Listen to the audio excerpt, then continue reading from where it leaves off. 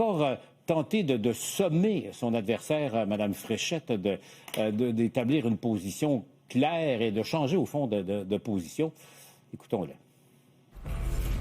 J'interpelle Christine Fréchette et Jean-François Roberge et je leur demande à tous les deux, voulez-vous changer les règles et permettre le droit acquis pour ces travailleurs temporaires qui devront respecter les conditions dont j'ai parlé? Mais là, il faut cesser de tergiverser et il faut que Christine appuie l'idée d'un droit acquis et qu'elle convainque Jean-François Roberge de le faire. Bon, alors Mathieu, compte tenu du fait que jusqu'à maintenant, il n'y a à peu près personne d'accord avec la solution Roberge, ni les régions, ni les maires, ni les agents d'entreprise, on a entendu les gens qui sont concernés également, ça semble faire, ça rassemble beaucoup de gens de dire au gouvernement que ça n'a pas de sens. Mais toi, Mathieu, ton point de vue? Ben, moi, on trouvera quelqu'un qui est pour Roberge là-dessus, et j'en suis. Parce que moi, je pense qu'il donne une décision de bon sens en ce moment, que les intérêts constitués, que différents lobbies ont inventé l'espèce de théorie de la promesse morale de l'État québécois, le contrat moral qui serait brisé. Un instant, travailleur temporaire, le mot le dit, temporaire. Donc, quand on arrive au terme de son contrat, l'État, le pays, la société est en droit de dire « c'est parfait, vous avez fait votre truc, maintenant vous repartez ».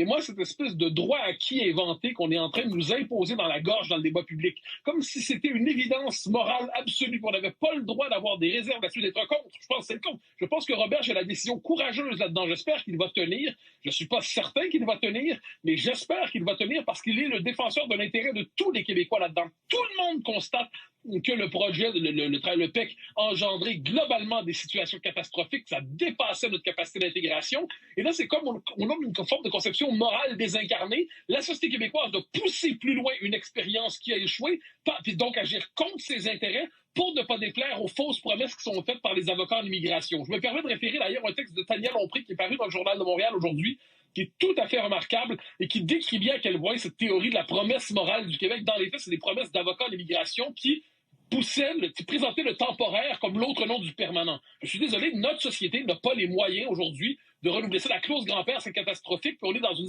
scène inversée à la CAQ, où d'un côté, Mme Fréchette défend finalement, pour l'instant avec Roberge, refuse en fait la généralisation de la clause grand-père, puis Bernard Drinville nous propose finalement une espèce de programme qui n'est pas vraiment conforme à ce qu'il a été historiquement.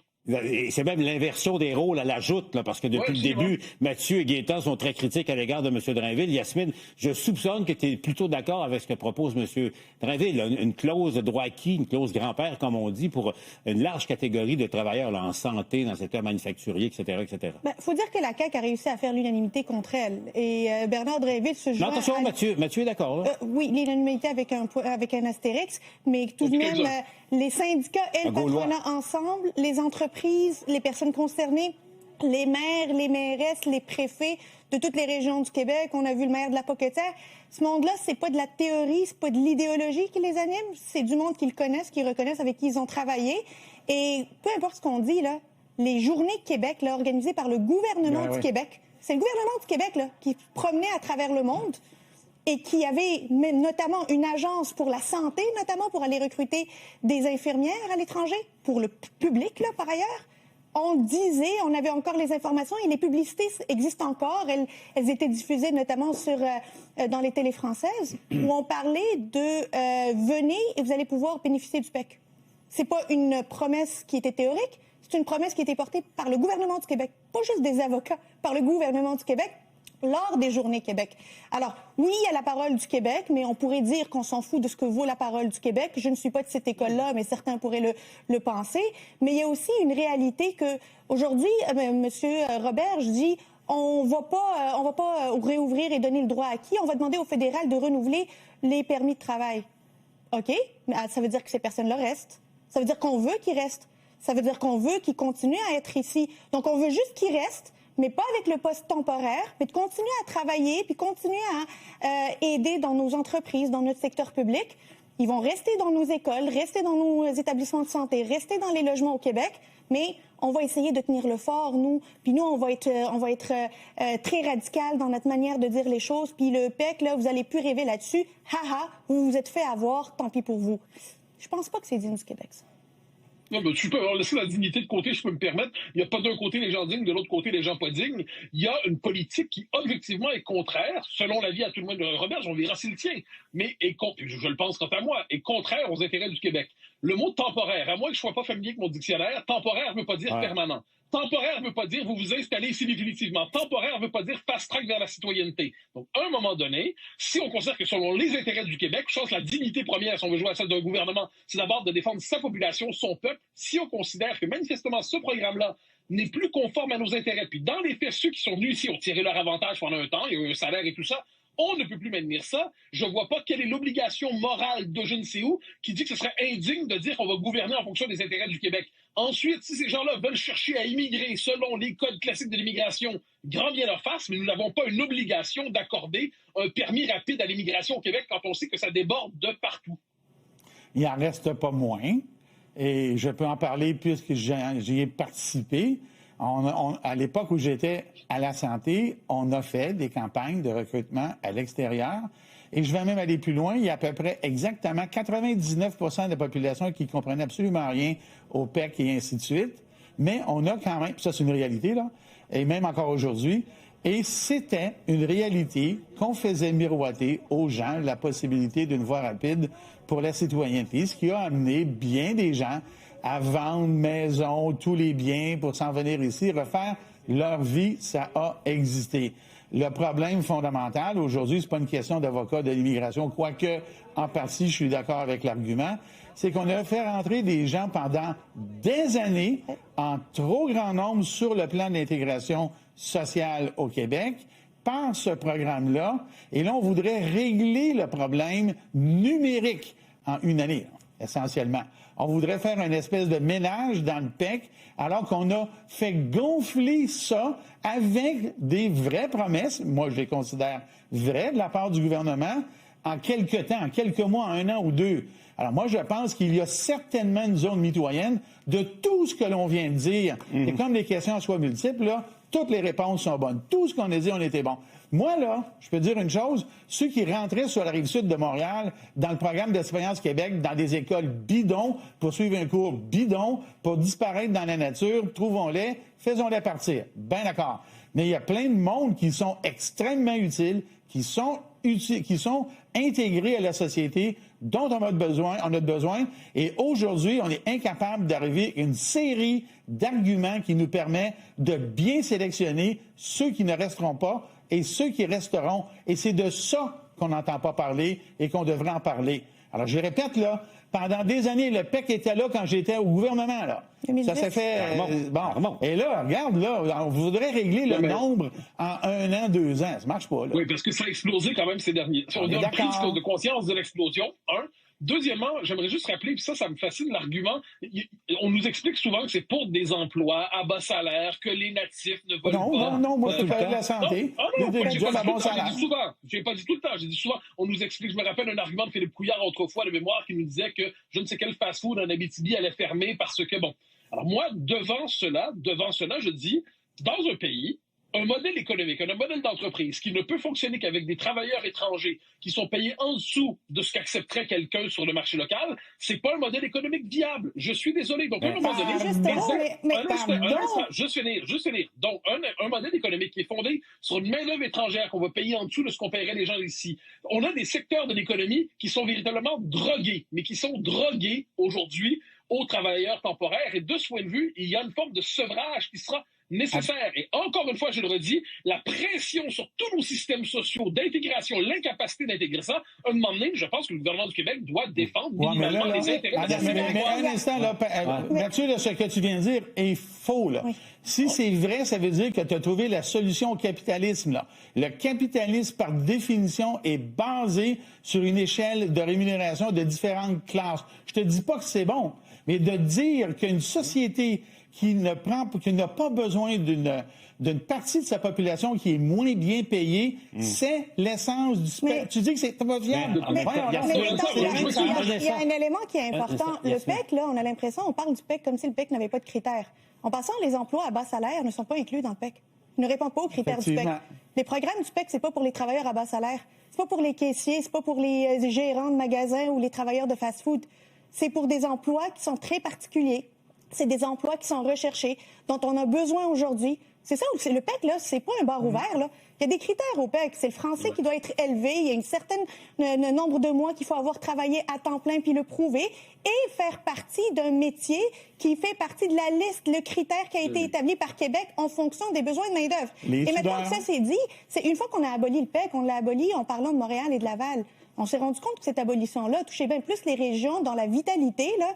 Puis c'est pas juste la vitalité économique, la vitalité sociale. Ce sont des personnes qui sont impliquées dans leur communauté, que ce sont des pompiers volontaires, ce sont les soudeurs du Saguenay, ce sont des travailleurs miniers en Abitibi, ce sont des travailleurs, des enseignants, des infirmières, partout en région du Québec. C'est les régions du Québec aujourd'hui qui crient. C'est pas à Montréal ou à Laval, c'est les régions du Québec qui disent « là, ça vient toucher notre tissu économique et notre tissu social ». On fait quoi? On leur dit « arrangez-vous avec vos troubles après ».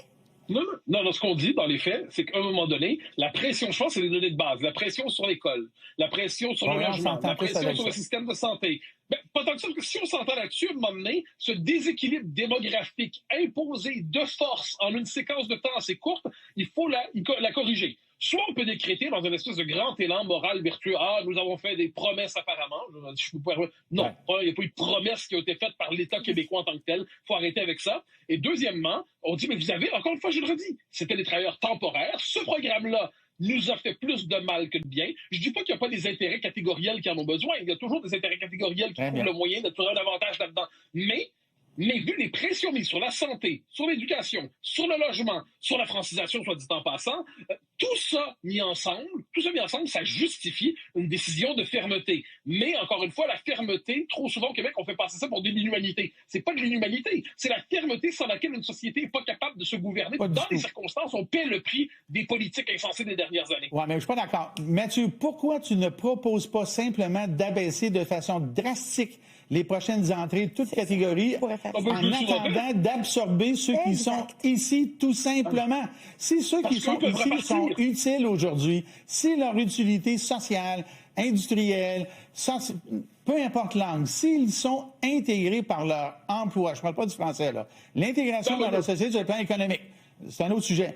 Maintenant, pourquoi ils ne proposent pas tout simplement d'avoir une baisse de quelques années drastique, le temps d'absorber ceux qui sont intégrés et qui sont utiles à la société? Pourquoi tu ne proposes pas ça? Juste rassurer, ça fait des années que je propose une baisse drastique de l'immigration. Ça, c'est pas nouveau chez moi. Donc, tu es d'accord avec moi? Non, c'est que moi, je pense qu'on aurait dû le faire depuis longtemps. Je pense que là, on peut corriger la séquence PEC en disant, désolé, on ne donne pas de clause grand-père. Donc, est-ce que tu veux... À la fois, laisse Mathieu terminer. Donc, si on corrige la séquence PEC, on dit, vous repartez, c'est très bien. Ensuite, vous aurez d'autres moyens de venir si vous le souhaitez. On sait que ça existe. Mais, fondamentalement, je pense qu'on a corrigé cette séquence-là. Et puis, par ailleurs, il faut baisser les seuils très drastiquement de mille manières. Il faut stopper aussi tout ce qui relève du détournement du droit d'asile. D'absorber vraiment, parce que pour l'instant, ça n'absorbe pas, ça n'absorbe plus, puis ça n'absorbera plus. Gaétan, rapidement, je vais entendre Yasmine aussi. Qu'il serait plus digne de proposer ça, plutôt que de dire que l'argument de la dignité d'un gouvernement qui a fait vraiment des promesses, ça, c'est indigne. Non, moi, je me sens pas indigne. Je pense que le gouvernement du Québec ne serait pas indigne de faire cela. Non, mais moi, je pense... Non, mais comprends-moi. Je pense qu'on ne doit pas renouveler la clause grand-père. On ne doit pas mettre de clause grand-père. Donc, je suis pour cette position-là, je ne me sens pas indigne. Je pense qu'à un moment donné, nos intérêts comme société devraient exister de temps en temps. Et je pense qu'on devrait, tout simplement, pas donner de clause grand-père. Je ne pense pas que c'est indigne, je pense que c'est une solution de bon sens. Yasmine, je veux revenir à ce que Gaétan et toi là, évoqué. La solution serait quoi? Donc, ceux qui sont ici et qui correspondent aux critères, à nos besoins là, en termes de métiers spécialisés et d'apport à la société et qui maîtrisent le français. Obligatoirement. Ça fait partie des critères du PEC. Donc, vous les gardez ici, mais on soustrait. C'était 50 000 qu'on prévoyait pour l'an prochain? Il y a un élément qui est important là, sur les chiffres. Puis d'ailleurs, on nous a tellement envoyé des chiffres, là, du monde qui parle de 300 000, du monde qui parle de 100 000. La réalité est tout autre. Il y a une suspension des dépôts de candidature du PEC qui a été décrétée le 5 juin 2025. Les personnes là, qui avaient leur dossier prêt et qui le mettaient dans la boîte à mal le 6 se retrouvent aujourd'hui, même si eux, ils ont répondu à tous les critères, 24 mois, parlent français très bien, intégrés, travaillent, sont impliqués, leurs enfants sont à l'école, on leur dit, regardez, le jour où on a décrété cette fermeture, si votre dossier était complet, si vous répondiez déjà aux critères, on va vous ouvrir une semaine, 10 jours pour que vous puissiez redéposer votre dossier et profiter de la clause grand-père déjà décrétée. C'est juste en fait, le minimum requis, c'est de permettre à ces personnes-là qui répondaient à tous les critères au moment du décret où on a décrété la fermeture des demandes de PEC, de permettre à ces personnes-là de déposer leur dossier. Ensuite, s'ils ne correspondent pas aux critères, ils n'auront pas leur CSQ. S'ils correspondent aux critères, tant mieux, ils répondent à notre besoin du marché du travail. Et pourquoi on s'enfargerait là-dedans? Moi, je ne comprends pas l'obsession aujourd'hui de dire non, ces personnes-là retournent chez eux. En passant, même le gouvernement ne veut pas qu'ils rentrent chez eux. Parce que s'ils rentrent chez eux, ce sont des entreprises qui doivent diminuer leur carnet de commandes. Ce sont des entreprises qui vont diminuer leur chiffre d'affaires. Ce sont des écoles qui vont perdre des éducatrices, des enseignantes. Ce sont des garderies qui vont perdre des éducatrices. C'est ça la réalité. Est-ce que ça, c'est l'intérêt du Québec? Qu'il y ait des entreprises qui diminuent leurs charges ou leur carnet de commandes? C'est une réalité. C'est ce que les entreprises sortent pour dire. Ce discours apocalyptique, ce discours apocalyptique, un instant, la réalité, je me sens désolé d'être dans la position de celui qui rappelle les traits.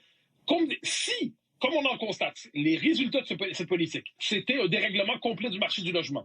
C'était un dérèglement complet de l'école. C'était un dérèglement complet aussi du système de santé. La pression est trop forte. La francisation est devenue pratiquement impossible.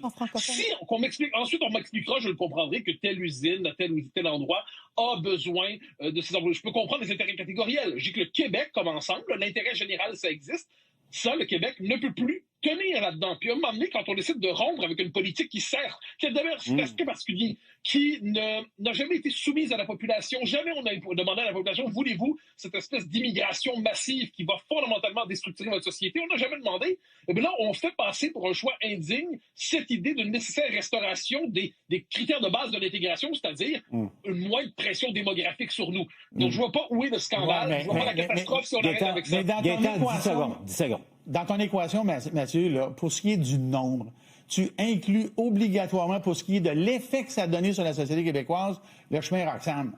Alors, si on ne s'occupe que de la gang du PEC, c'est jouable. Mais le débordement numérique de l'immigration effrénée, il vient d'abord et avant tout du chemin Roxham et compagnie. Et ce monde-là, on ne va pas les retourner parce que ça, eux, ils ne respectent pas les règles, mais ils restent. Mais ceux qui respectent les règles, on les retourne chez eux. Beau débat. On s'en va à la pause. Au retour, on va retrouver